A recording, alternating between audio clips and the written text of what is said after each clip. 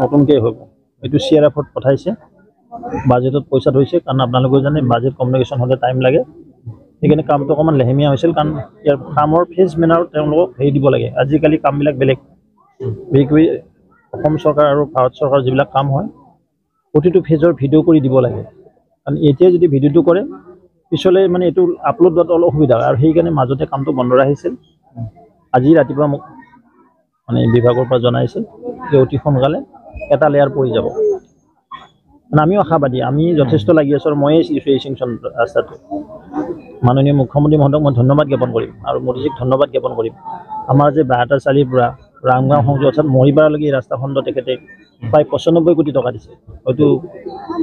দেশৰ স্বাধীনতাৰ আজি 75 বছৰ 77 বছৰ হ'ল এনেকৈ ইমান টকা দি আমাক ৰাস্তা বনোৱাৰ কাৰণে কাৰণ আমি ফটোৰ পৰা দেখিছোঁ গুৰেশ্বৰৰ ৰাস্তা অৱস্থা কি আছিল মোদীজী প্ৰথম প্ৰাইম মিনিষ্টাৰ হৈ 71 CR দিছিল CRF-ত আৰু তেতিয়া ৰাস্তাটো সৰু আছিলে আৰু ৰাস্তাটো আমি ডাঙৰকৈ বনোৱাৰ কাৰণে ডাবল লেন কৰি বনোৱাৰ কাৰণে ইতিমধ্যে বিভাগত গোটেইখিনি হৈ অসম চৰকাৰৰ পৰা প্ৰপ'জেল দিল্লী পাইছে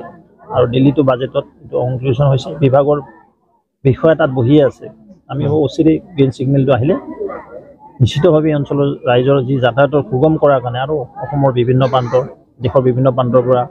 এই উত্তৰ পাৰলৈকে আমাৰ মানুহ আহে তেওঁলোকৰ যেন সুবিধা হয় আৰু ইয়াত যিটো যথেষ্ট স্কোপ আছে ইকনমিকেল ভাইবিলিটি আছে টুৰিজিম স্পট আছে এই গোটেইখিনি কথা লক্ষ্য ৰাখি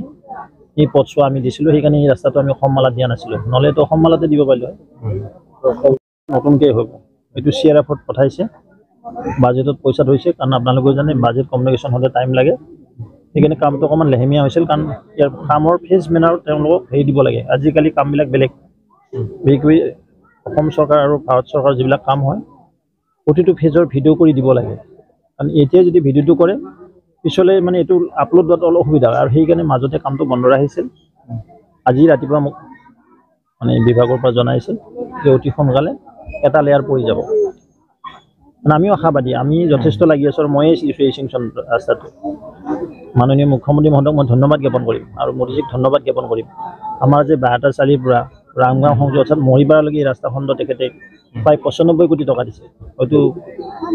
দেশৰ স্বাধীনতাৰ আজি 75 বছৰ 77 বছৰ হ'ল এনেকৈ ইমান টকা দি আমাক ৰাস্তা বনোৱাৰ কাৰণে কাৰণ আমি ফটোৰ পৰা দেখিছোঁ গুৰেশ্বৰৰ ৰাস্তা অৱস্থা কি আছিল